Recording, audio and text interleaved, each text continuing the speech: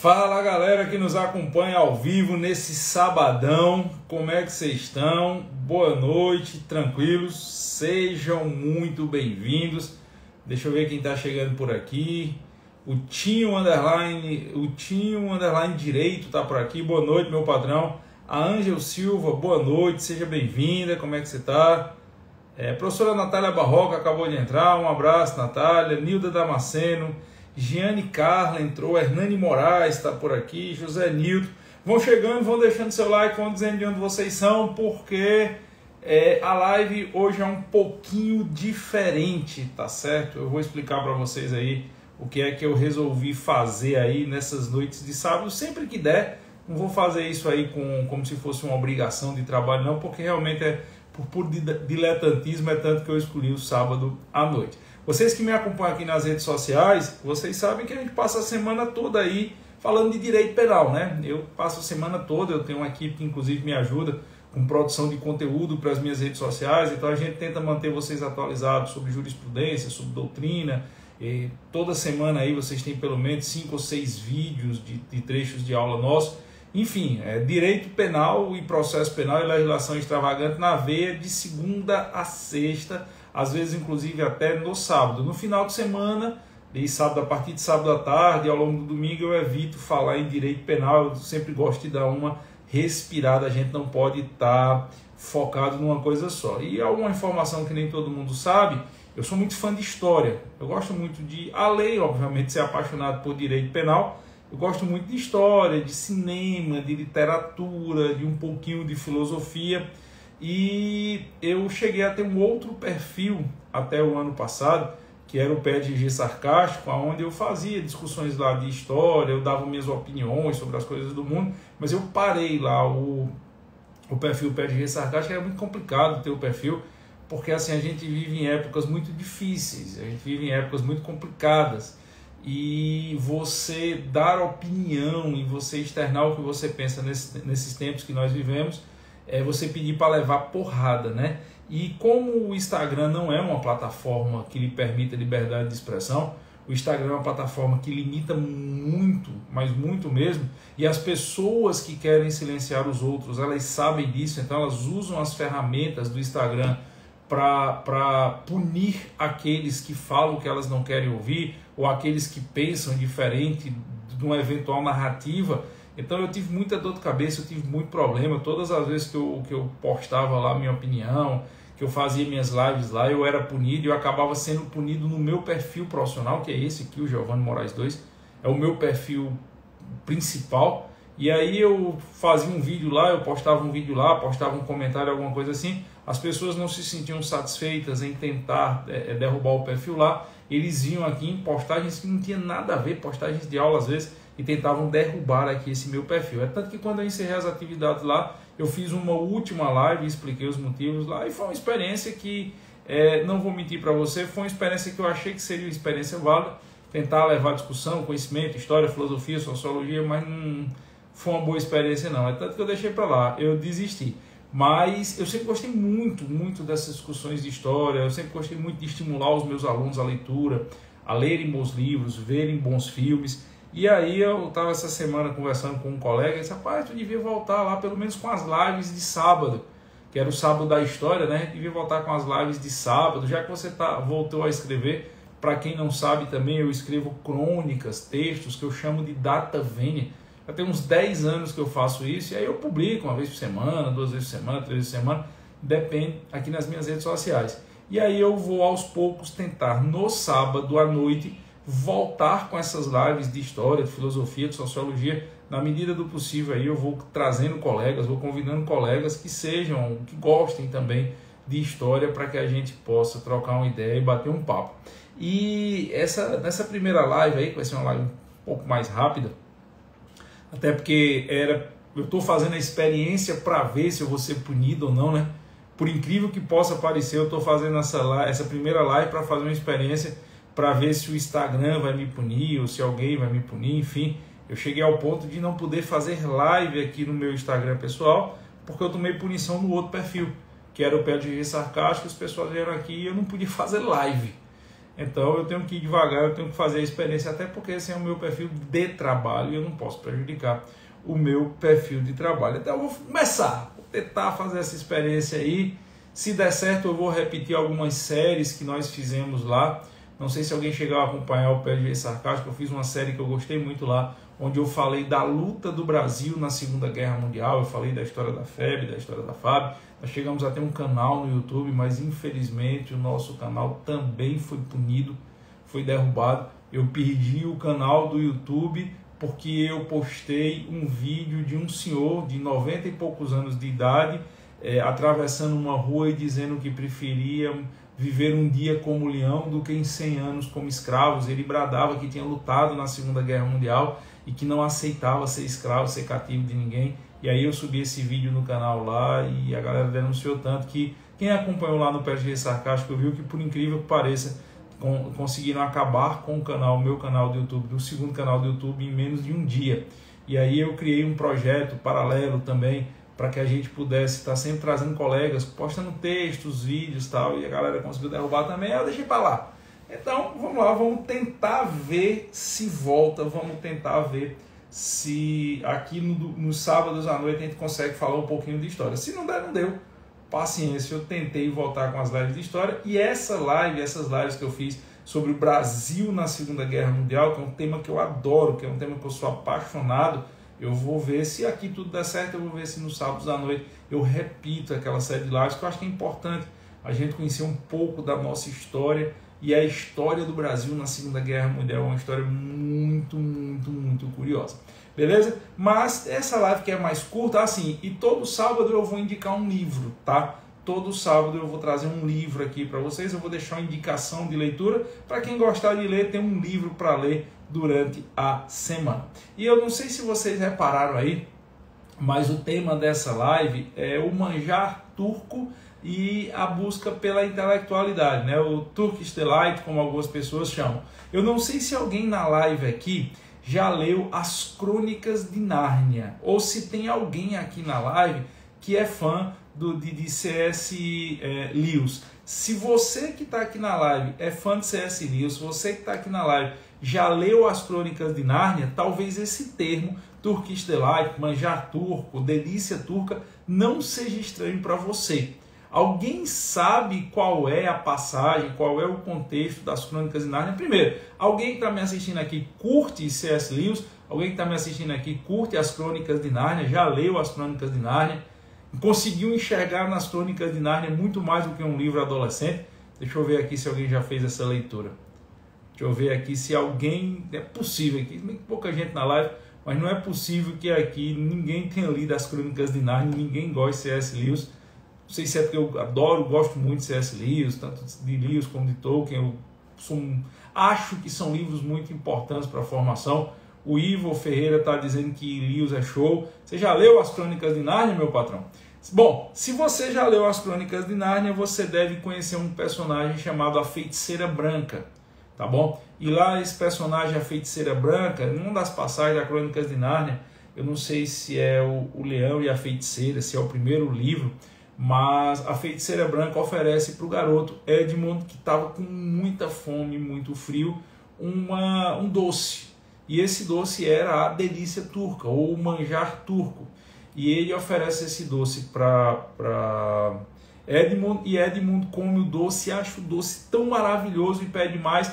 E a Feiticeira Branca vira para ele e diz: olha, traz teus irmãos aqui, e se você trouxer teus irmãos aqui, você pode comer todas as delícias turcas que você quiser. Todos o Turkish Delight, como está lá no livro, que você quiser. E assim, quando eu li a primeira vez C.S. Lewis, quando eu li a primeira vez esse livro, eu devia ter ali para, sei lá, uns 17 para 18 anos, mais ou menos. E eu escutava muito falar, as pessoas que eram fã de Lewis falavam demais nessa história dessa delícia turca. E eu tinha assim, pô, deve ser o melhor doce da face da terra. Quem leu Lewis e quem via aquelas discussões sobre Lewis, sobre delícia turca, eu dizia: rapaz, isso deve ser o doce mais maravilhoso da face da terra, isso deve ser a comida assim que o cara bota na boca e vai para o paraíso e acha que o paraíso é aqui na terra. Por quê? Porque se no livro de C.S. Lewis, se no livro As Crônicas de Nárnia, a feiticeira branca seduz Edmund a ponto de Edmund ser tentado a entregar os próprios irmãos para ela por causa desse doce, esse doce devia ser maravilhoso. E eu não vou mentir para você, eu passei muito tempo da minha vida com vontade de experimentar essa danada dessa delícia turca por causa da influência do livro As Crônicas de Nárnia, né? E aí o tempo foi se passando, alguns anos depois, já estava trabalhando, já estava minha atividade profissional, eu tive a oportunidade de começar a viajar pelo mundo. Eu agradeço muito ao Papai do Céu porque eu consegui realizar um dos meus grandes sonhos ali de adolescente, de jovem, que era poder conhecer o mundo, e eu tive a oportunidade de ir em várias partes do mundo já, fruto do meu trabalho, fruto do meu esforço. Por óbvio, eu já fui em locais tão distantes quanto Nova Zelândia, Austrália, Japão, conheço parte da Europa, parte da África, parte do Oriente Médio, parte da América, seja do Sul, Central, do Norte. Então assim, eu já tive esse privilégio de conhecer outros locais e conhecer outras culturas. E a primeira vez que eu fui à Europa, mais especificamente o primeiro país da Europa que curiosamente eu coloquei os pés, não foi Portugal, como a maioria dos brasileiros fazem, foi a Espanha. A primeira vez que eu fui à Europa, eu fui primeiro para a Espanha, depois da Espanha que eu fui para Portugal. E na Espanha, eu conversando lá e disse que tinha vontade de experimentar essa delícia turca, original. E aí me indicaram uma casa de turcos, certo? Como se fosse uma mercearia de turcos que só vendia produtos tradicionais e originais da Turquia. E em Madrid, nos arredores de Madrid, eu fui exclusivamente para comer essa delícia turca. E botei na boca essa delícia turca e não vou mentir para vocês, não tem nada demais. Assim, foi sabe aqueles episódios da vida que o cara diz, pô, bicho, eu passei tanto tempo com vontade de experimentar isso aqui e não tem nada demais. Assim, não, é um doce até ruim. Não vou dizer que é um doce ruim porque os turcos vão ficar com raiva de mim, mas não. Aqui no Brasil tem doce muito melhor. Sabe aquelas goiabadas que vem enrolada em papel, a gente chama mariola, vem enrolada num plástico, goiabada ou banana, é muito melhor do que isso. E aí, depois disso, conversando com colegas, e aí eu contei essa história, sabe, assim, eu disse, rapaz, essa delícia turca lá não tem nada tão espetacular assim. Que diabo foi que C.S. Lewis achou de botar para a feiticeira branca seduzir Edmund com o diabo dessa delícia turca? Isso é um negócio assim bem maruado. Inclusive depois eu comi na França, eu tive a oportunidade de experimentar, eu disse, não, pode ter sido que eu tenha tido azar na Espanha. E aí uma outra viagem, eu estava na França, fui numa casa turca tradicional, experimentei a mesma coisa, assim, a mesma sensação.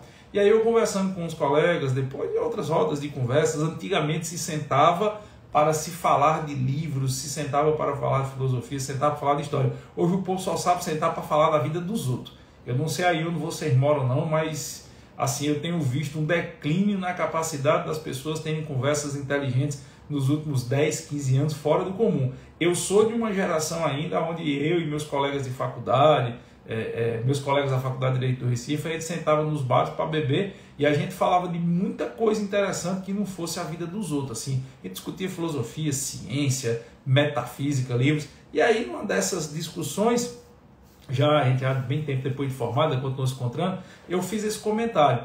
E um colega, ele veio com uma colocação que eu achei extremamente sagaz e inteligente. E aí eu guardei como um dos ensinamentos da vida.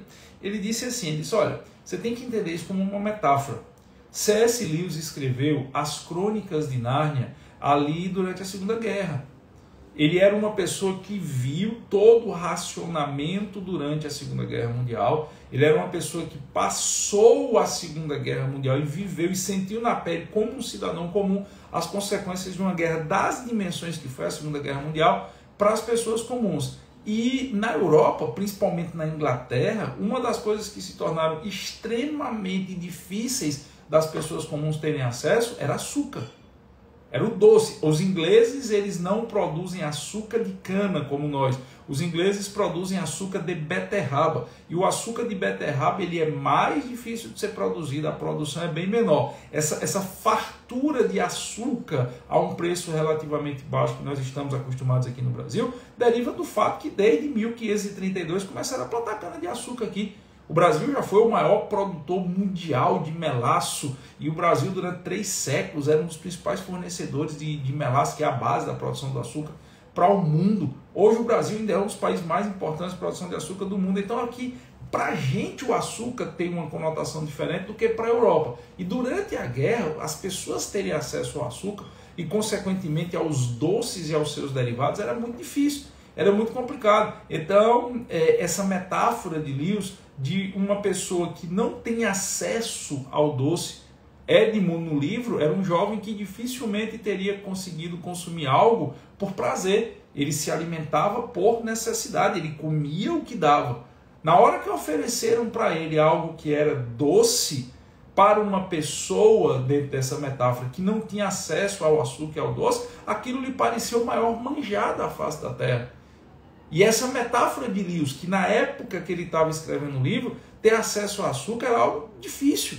Então, comer algo doce, um doce ou algo com açúcar, ali, principalmente no auge da Batalha da Inglaterra, ali, era algo ou para os muito ricos ou para momentos de muita felicidade e muita excepcionalidade.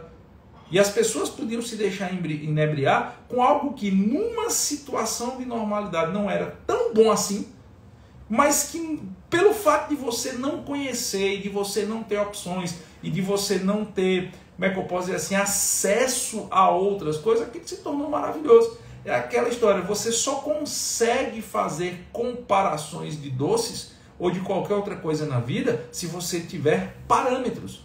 E você só vai ter parâmetros se você tiver conhecimento e experiência. Se eu nunca tivesse comido um doce na minha vida, o manjar turco talvez fosse a melhor comida que eu tivesse colocado na minha boca.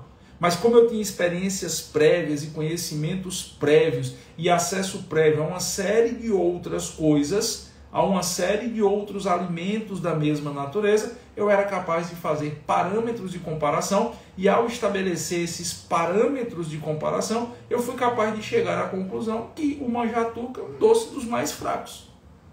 E aí pode parecer, essa metáfora pode parecer uma metáfora muito singela, essa metáfora pode parecer uma metáfora muito boba, muito besta, mas ela se aplica muito à vida intelectual que nós temos no nosso dia a dia. Ela se aplica muito à vida intelectual que você, operador do direito, que você, jovem estudante, que nós, de uma forma geral, estamos marchando para o nosso dia a dia. Por quê?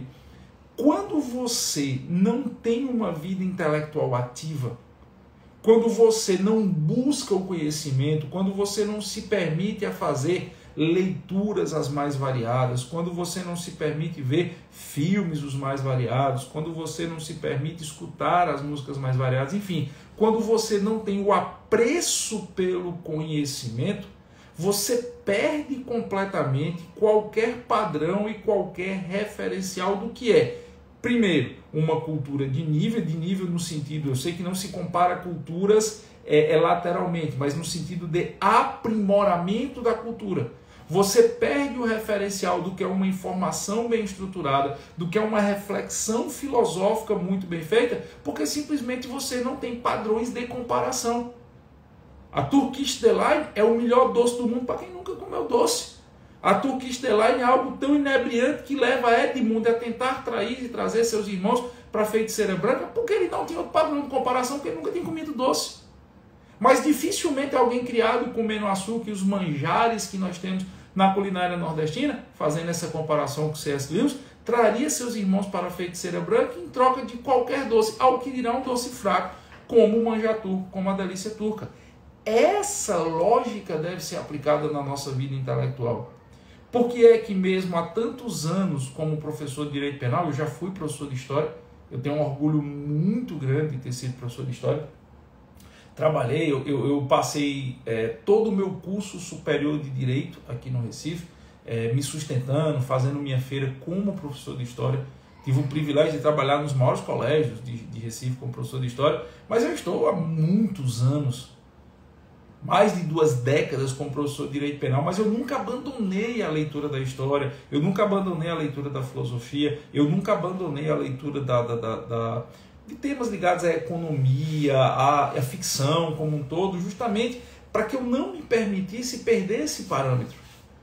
E isso eu acho que é importante vocês refletirem. Se você busca uma live de história, se você é jurista, se você busca o conhecimento do direito da sua área de trabalho, mas também se você busca escutar uma live de história, uma live de filosofia, uma live sobre economia, o que você está buscando é elevar o seu padrão intelectual para que você não se deixe ludibriar pela delícia turca.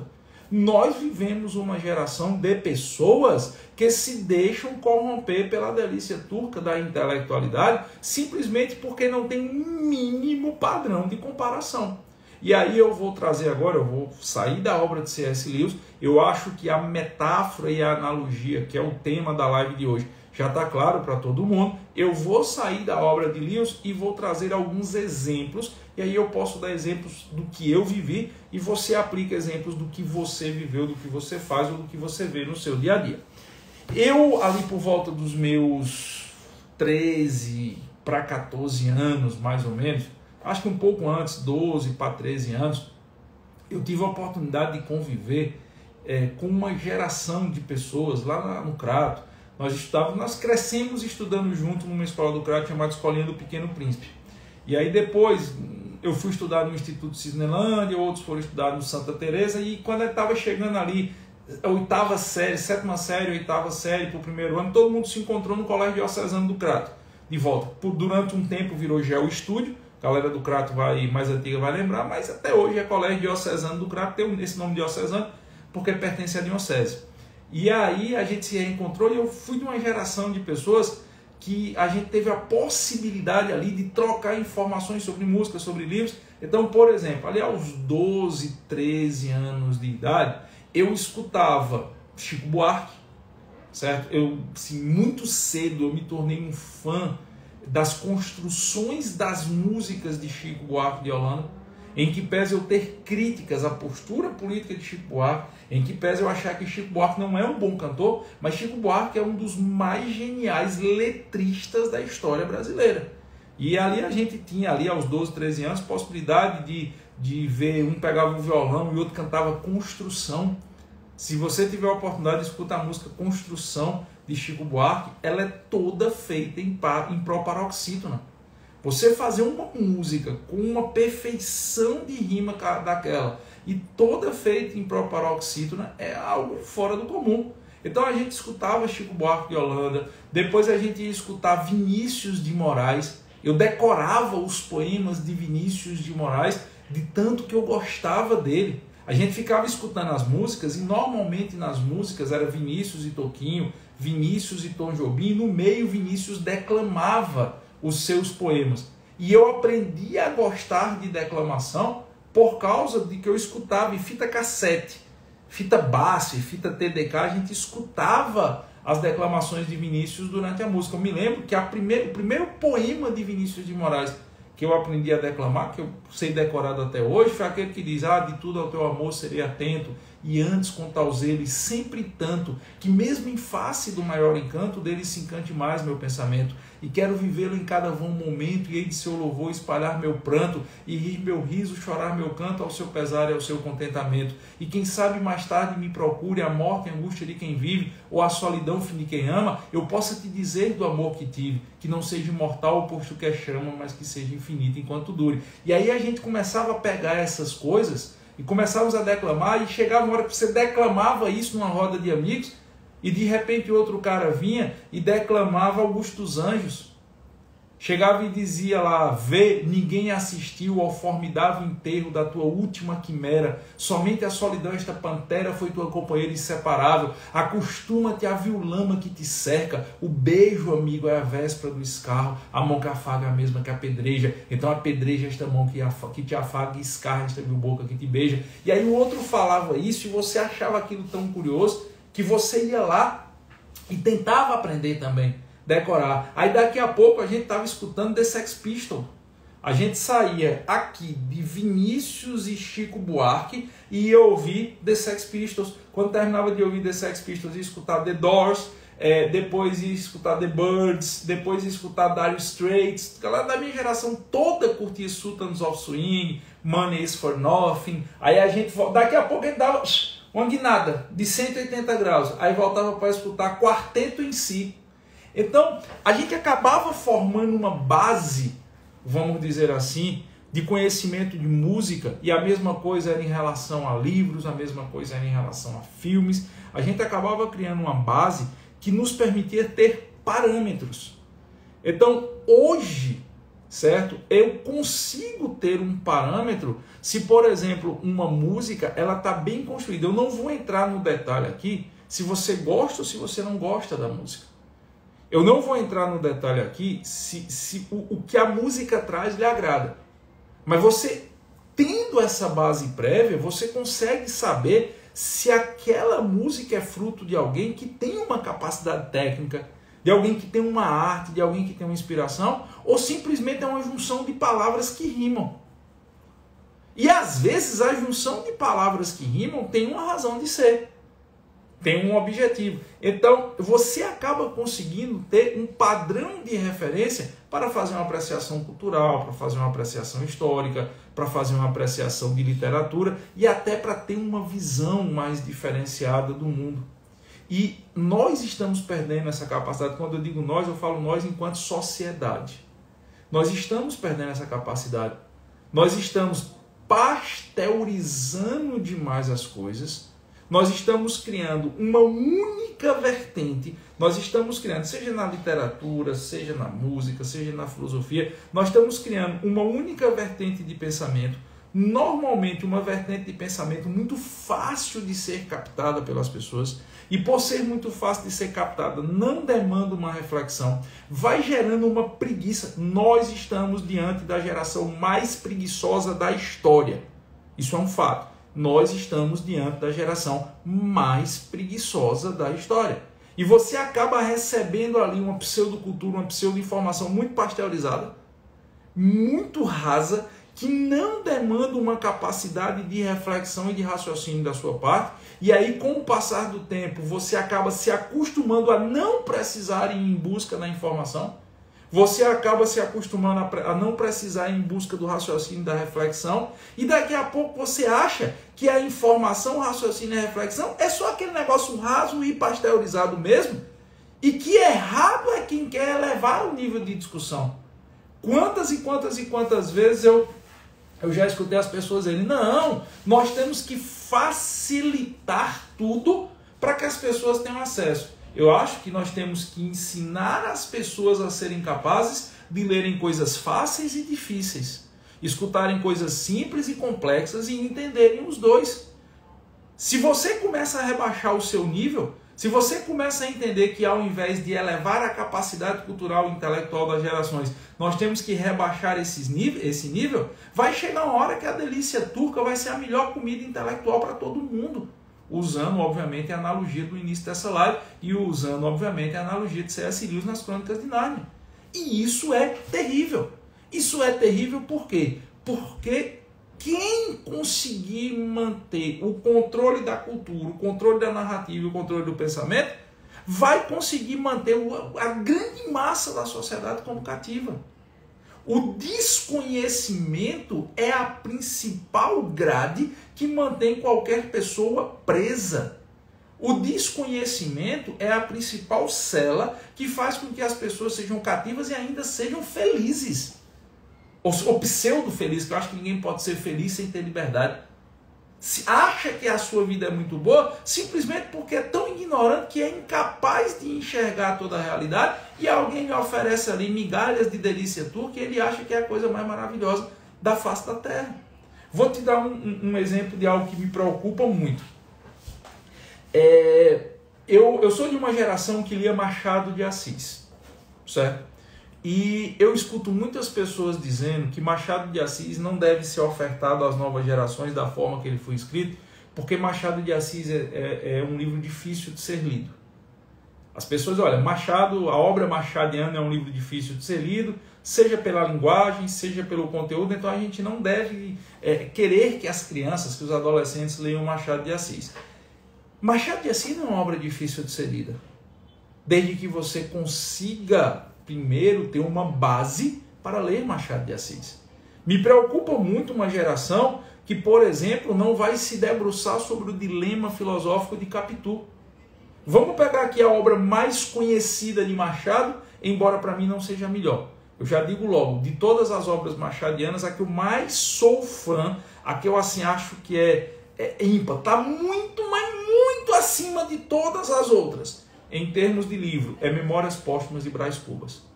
Memórias Póstumas de Brás Cubas faz parte para mim dos 10 livros mais bem escritos da história da literatura mundial. Eu coloco Memórias Póstumas de Brás Cubas ao lado da Divina Comédia de Dante Alighieri ou de Dom Quixote de Miguel de Cervantes. Isso é questão pessoal, certo? Mas o mais conhecido é Dom Casmurro.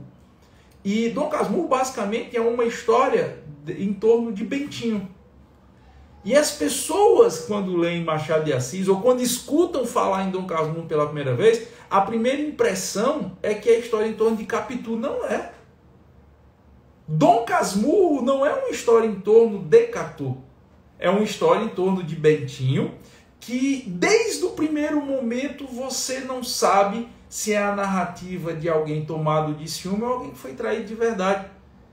Capitu é o objeto das inquietações de Bentinho, mas Bentinho é o personagem principal do livro.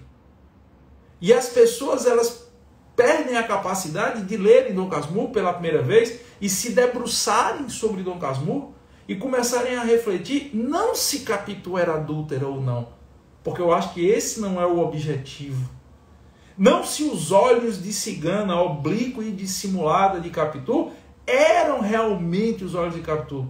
As pessoas perdem a capacidade de se debruçar e perguntar como é o mundo pelos olhos de alguém que você sabe que não foi atendido nas suas expectativas afetivas, que queriam a todo custo forçar a ser padre e que era tomado de ciúme por se sentir uma pessoa incapaz.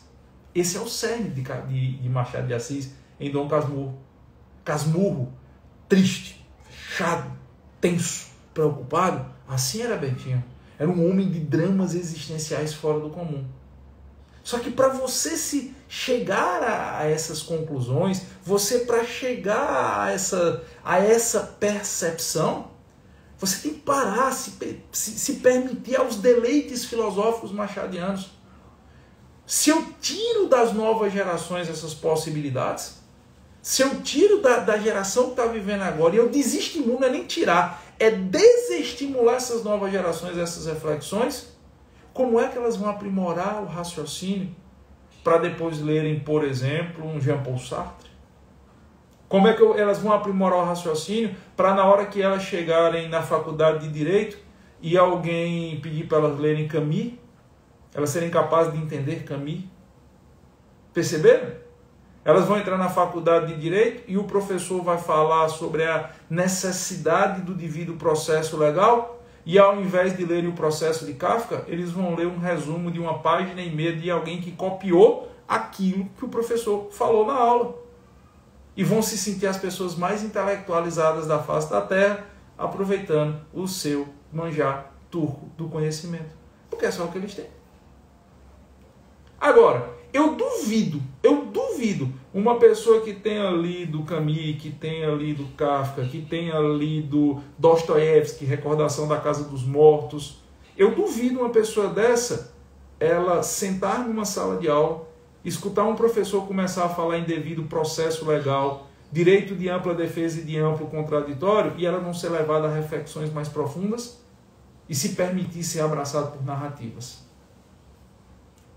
Se você se contenta com a delícia turca, muito provavelmente você vai ser o alvo perfeito de narrativas, ideias preconcebidas e mentiras repetidas como verdade. Por quê? Porque você não tem parâmetro de comparação. Eu vou te dar um outro exemplo aqui. Recentemente agora, deve estar uma semana mais ou menos, começou uma cultura do cancelamento em relação à música de Chico Buarque chamado Com Açúcar e Com Afeto. E essa cultura do cancelamento dessa música Com Açúcar e Com Afeto, ela fez com que o próprio Chico Buarque dissesse que não ia mais cantar essa música. Da minha parte, eu acho absurdo isso. Eu acho que você não permitiu uma expressão artística porque alguém se sente, que acha que aquela expressão artística não é interessante, não deve acontecer. Eu acho isso um cerceamento de toda a liberdade de expressão ao seu mais alto nível. Mas vamos lá. E aí eu vi algumas pessoas dizendo assim, não, essa música Com Açúcar e Com Afeto deve ser cancelada mesmo porque ela é machista. Aí você chega para essa pessoa e pergunta, quando essa música foi escrita? Para quem essa música foi escrita? Em qual contexto essa música foi apresentada? E por que essa música era tão leve? As pessoas não sabem. Aí você chega para essas pessoas, como eu expliquei para uma recentemente, aí disse, olha, essa música Com Açúcar e Com Afeto, ela foi escrita para ser cantada na voz de Nara Leão, no período mais duro da ditadura militar brasileira. Nara Leão cantou essa música pela primeira vez em 1968, em um dos festivais da canção que eram muito comuns nos anos 60 e 70. A maioria das grandes músicas que estão impregnadas na cabeça da sociedade brasileira, a título de MPB clássica zona, elas foram músicas de festivais. Festival da Canção, Festival da Record. Nara Leão tem uma voz suave, Nara Leão tem uma voz feita para esses timbres mais baixos e para essa harmonia. Nara Leão era a namoradinha do Brasil, com cabelinho curto, rostinho branquinho, minhonzinha, se vestia muito parecido com Jaqueline Kennedy Onassis. E essa música foi feita para permitir que ela tivesse chance de disputar numa época em que, por exemplo, Geraldo Vandré, que cantava lá Caminhando e Cantando, ou Zé Geraldo, que cantava Milho aos Pombos, isso tudo acontecendo, e eu aqui na praça dando milho aos pombos, estavam sendo perseguidos, presos e torturados. Então, quando você conhece o contexto da criação da música, quando você conhece para quem ela foi feita, por que ela foi feita de forma tão sutil e qual o objetivo, você diz, não, peraí, não faz sentido cancelar a música agora. Ela teve a sua importância naquele momento. Só que esse tipo de reflexão, hoje, é muito difícil de ser feita. Porque as pessoas se contentam com o manjar turco. Alguém chegou e disse que a música é machista, que a música deve ser cancelada, e as pessoas que não têm essa capacidade de reflexão, que têm preguiça de refletir, que têm preguiça de pensar, elas simplesmente aceitam. Elas simplesmente baixam a cabeça, não, tá certo mesmo, vamos cancelar, vamos ser empáticos. Nós estamos substituindo intelectualidade por empatia. E isso é extremamente perigoso. Quem vive de sorrir para todo mundo vai ter que estar fazendo um esforço sobre-humano para estar sorrindo cada vez mais. E na hora que parar de sorrir vai ser considerado antipático. Porque viveu de pregar empatia. Você tem que ser empático. Você tem que se permitir se relacionar bem com as outras pessoas. Mas você não pode se permitir ser um manipulado intelectualmente. Você não pode se permitir ser uma pessoa que se contenta com o que há de mais raso e de mais rasteiro. Até porque, quando você consegue ter parâmetros de comparação, você para de fazer julgamentos baseados em narrativa. Como assim, Giovanni? Quando você para de ter parâmetros de comparação, você para de fazer julgamentos baseados em narrativa? Vou dar um exemplo. Simone de Beauvoir. Certo? Simone de Beauvoir, que foi casada com Jean-Paul Sartre, tal. Simone de Beauvoir é acusada de ser pedófila, de trazer adolescentes de 12, 13 anos para Jean-Paul Sartre, de participar de orgias na Paris louca do pós-Segunda Guerra Mundial. Sim. Simone de Beauvoir defendeu, inclusive, a pedofilia. Ela abertamente defendia relações de pessoas adultas com pessoas com 10, 11 anos de idade, até porque Jean-Paul Sartre, por diversas vezes, fez isso com a ajuda de Simone de Beauvoir.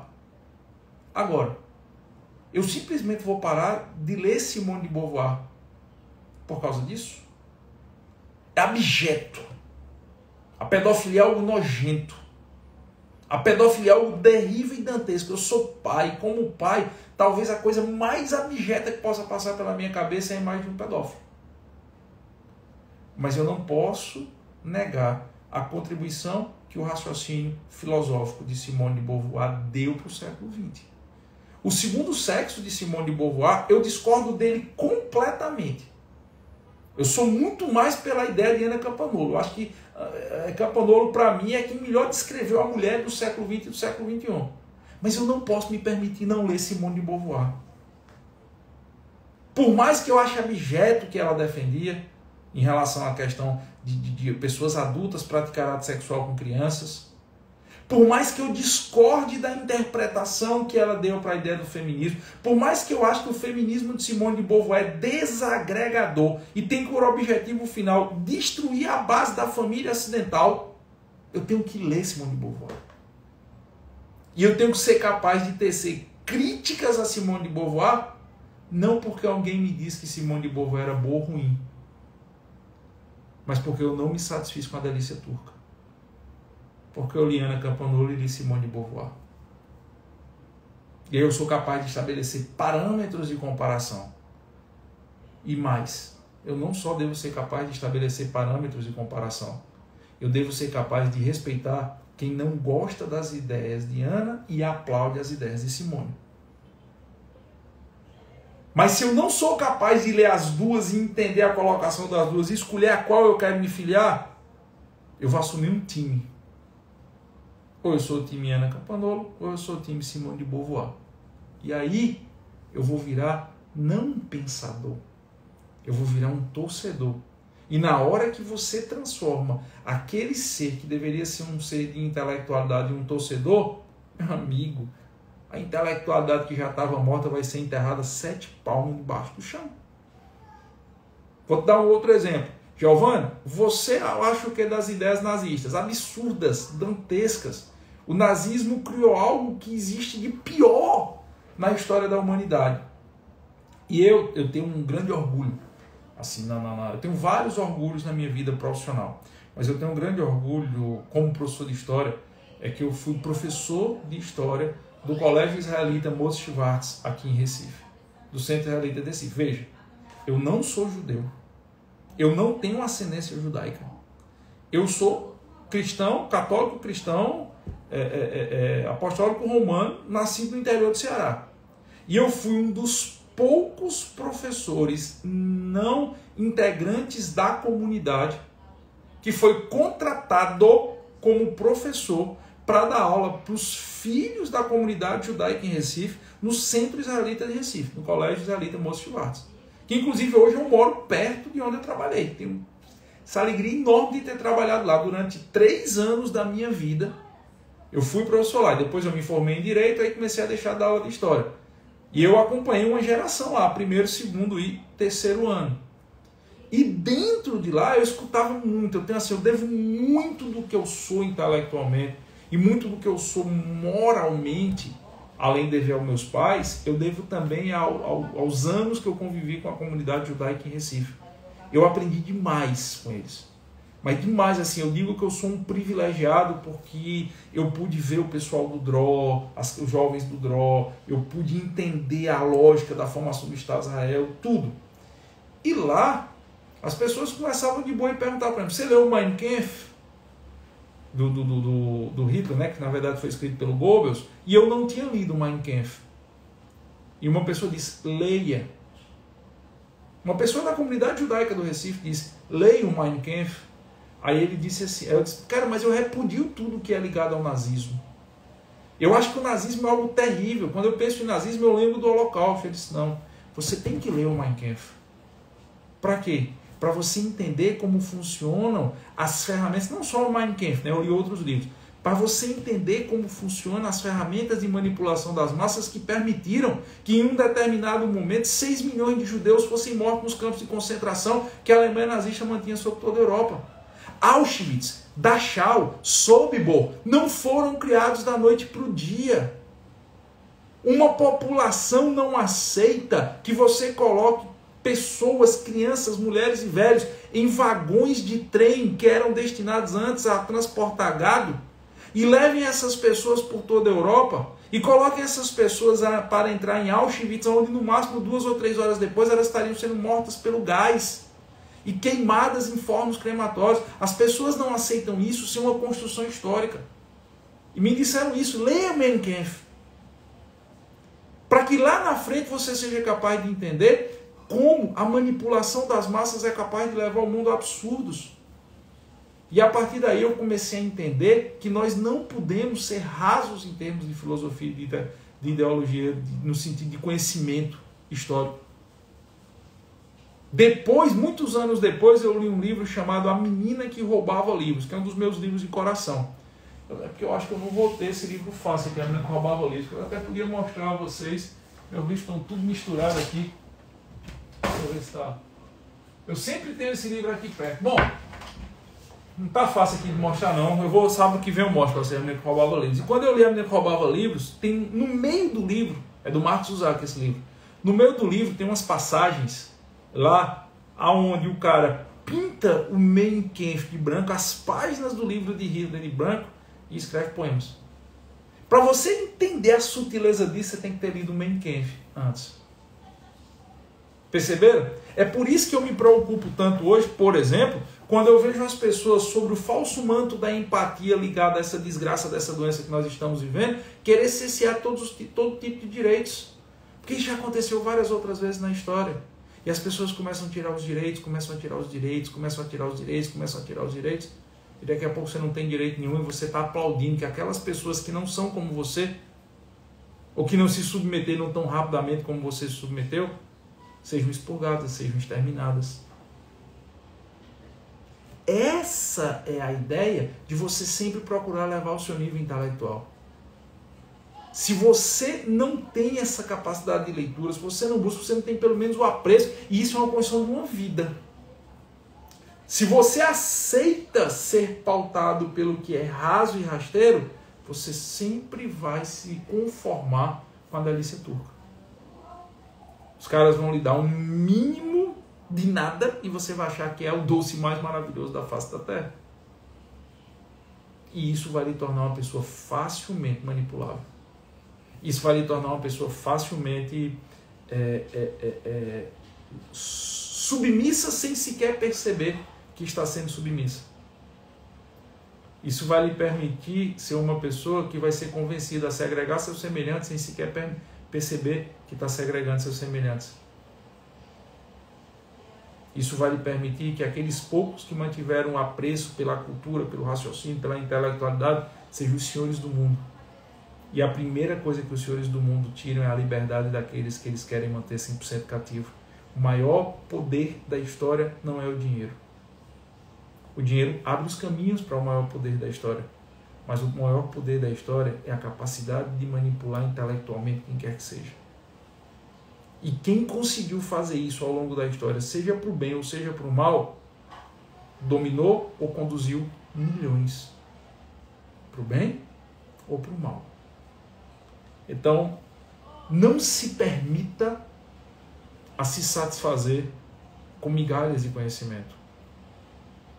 Não se permita ser preguiçoso. A vida hoje nos leva a ser preguiçosos e a focar numa coisa só. Não se permita isso.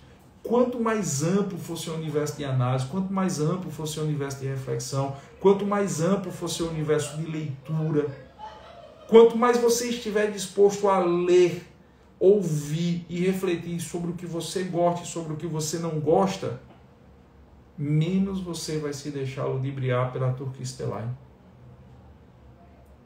Eu sempre digo que nós devemos ler aquilo que nos dá prazer e ler aquilo que nós discordamos diametralmente. Por quê? Porque você vai conseguir ter parâmetros. E quando você conseguir ter parâmetros, você vai conseguir evoluir. E isso, a história nos ajuda demais, tá? Demais. Então eu vou começar a fazer essas experiências nos sábados de lives desse tipo. Vamos trazendo temas ligados à história, filosofia, reflexão, religião. Como eu disse no começo da live, se eu não for punido, eu não sei, não é o meu objetivo, eu não faço isso para ganhar dinheiro aqui, tá certo? Eu sou professor de Direito Penal e Processo Penal, sou dono de curso e autor de livro.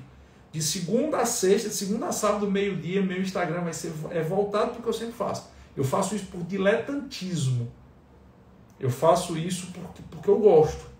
Eu tentei fazer essa experiência lá no outro perfil, lives desse tipo, tomei ferro.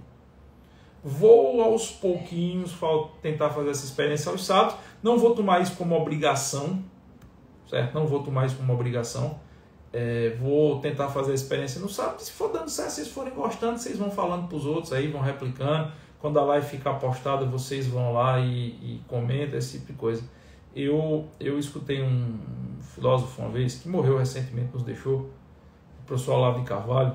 Eu fiz o curso do professor Olavo de Carvalho, eu fiz o COF do professor Olavo de Carvalho. Eu me lembro que uma das vezes, na verdade, eu comecei a acompanhar o professor Olavo de Carvalho lá em 2007, 2008, quando ele fazia gravava uns áudios de reflexões filosóficas, e eu discordo de muita coisa do professor Olavo de Carvalho, concordo com muitas outras coisas dele, como de vários outros filósofos, mas o professor Olavo de Carvalho dizia o seguinte: ele dizia que quem teve a oportunidade de ler, de estudar, de refletir, não a sua ciência específica, certo? Mas de refletir, de ler um pouco mais do que a média, ele tem uma possibilidade histórica de ajudar a mudar a próxima geração. A geração que ele tem não consegue mais mudar.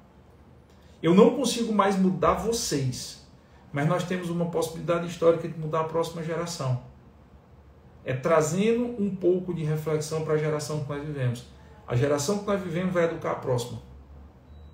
Eu não consigo mudar a geração de vocês. Vocês vivem hoje fruto do que vocês aprenderam da geração passada. Mas se nós conseguirmos ampliar um pouquinho o espectro de reflexão da nossa geração, a nossa geração vai educar os nossos filhos e a próxima geração vai ser um pouco mais propensa a buscar o conhecimento. Nós não vamos colher os frutos do que nós estamos semeando hoje. Mas nem por isso nós devemos ser egoístas e parar de semear. O professor Olavo de Carvalho sempre falava isso. Ele sempre dizia isso. Não ache que as pessoas vão pegar gosto pela filosofia, pela literatura, pela metafísica agora. Mas se a nossa geração, se as pessoas da nossa geração que têm esse gosto não semearem agora, daqui a 100 anos as pessoas vão continuar preguiçosas e sem gosto pela metafísica, pela literatura e pela filosofia. Então, eu penso muito assim, eu acho que é uma coisa boa. Não me custa nada, quer dizer, me custou muito, eu levei porrada que só o caralho, mas só, enfim. Mas vamos tentar de novo, tá bom? E toda live eu vou deixar uma dica de um livro e de um filme. Não, a dica do filme não é filme de diversão, não. O Lucas, como é que tu consegue ficar só com 20 graus no ar-condicionado? Pois é costume aqui, né? Acostumado aqui no meu escritório, aqui em casa. Bom, a dica de livro dessa semana é esse aqui, ó. Chernobyl. Cuidado que as pessoas, quando vão procurar, botam Chernobyl, aí não acha. É Chernobyl, tá certo? Do Rafael Fontana. É, para mim, um dos melhores retratos que eu vi até hoje do que acontece nas entranhas da ditadura comunista chinesa. Esse livro aqui, Chernobyl, foi assim, aqueles livros de plot twist. O Rafael Fontana, ele foi para a China. Ele escreve sobre o tempo que ele passou na China lá em 2015. Então o cara tem assim um conhecimento in loco, um conhecimento de causa. Esse é um livro que eu gostei muito, certo? Ele é jornalista, Rafael Fontana. Eu gostei muito desse livro. Eu li a primeira vez e depois eu reli. Foi um livro que me trouxe tanta bagagem que eu li e reli. Então, fica a dica. A dica dessa semana é Chernobyl. Você consegue encontrar aí, né? Não é muito fácil, consegue encontrar. Eu dou preferência, assim, eu estou muito viciado em ler no Kindle, certo? Eu gosto muito de ler no Kindle. Eu acho que facilita muito a leitura, você baixa os livros, eu viajo muito, então estou aqui. Mas certos livros que eu vou indicar aqui durante as lives, você infelizmente não acha para baixar no Kindle. Então o Chernobyl do Rafael não está no Kindle, mas você joga na internet. Essa editora Aves Rara é uma editora muito boa mesmo. Você joga lá e você vai achar fácil para comprar. E eu sei que livros desse tipo não vão vir parar aqui no Kindle, mas deveria vir parar. E o filme da semana que eu vou recomendar para vocês, que eu acho assim muito interessante, se você assistir com os olhos que o filme precisa ser assistido, tá bom? Não é você assistir buscando diversão. Se você assistir buscando diversão, você vai achar o filme uma droga, você vai achar um filme uma porcaria, você vai dizer que o Vani tá emaconhado, mas se você assistir buscando uma reflexão, semana que vem você me diz. É o Anjo Exterminador, de Buñuel. Bota aí na internet, eu acho que esse filme é de 1954, 1955. E tem muito disso que a gente está conversando hoje, na live de hoje. O filme basicamente se passa numa sala onde as pessoas, por N motivos, elas não conseguem sair dessa sala. E vocês vão ver lá que nós temos um estereótipo de todos os grupos sociais, e vocês vão ver o quanto é raso as discussões sobre por que as pessoas não conseguem sair dessa sala. Uma força invisível que na verdade seria a limitação intelectual. O Anjo Exterminador de Buñuel. Certo? Você vai achar esse filme aí facinho no YouTube e tal. Esse filme tem mais de 50 anos. Agora, não assista para se divertir, não. Assista usando as reflexões que nós suscitamos na aula de hoje. A Cris Soares está dizendo que dá para jogar no Kindle em PDF, mas aí se eu baixar em PDF eu vou estar ferindo o direito autoral do autor, né? E eu acho que pelo trabalho do Rafael Fontana ele merece que você compre o livro. Se nós compramos o livro, nós estimulamos essas pessoas a escreverem mais. É fonte de renda para muita gente aqui. Então assim, quando eu falo que não está indo no Kindle é porque não tem na loja, certo? Para a gente baixar. Beleza? Espero que vocês tenham gostado da live. Vamos ver se vai se manter ou não vai se manter. Excelente final de semana para todo mundo. Um cheiro para quem for de cheiro, um abraço para quem for de abraço.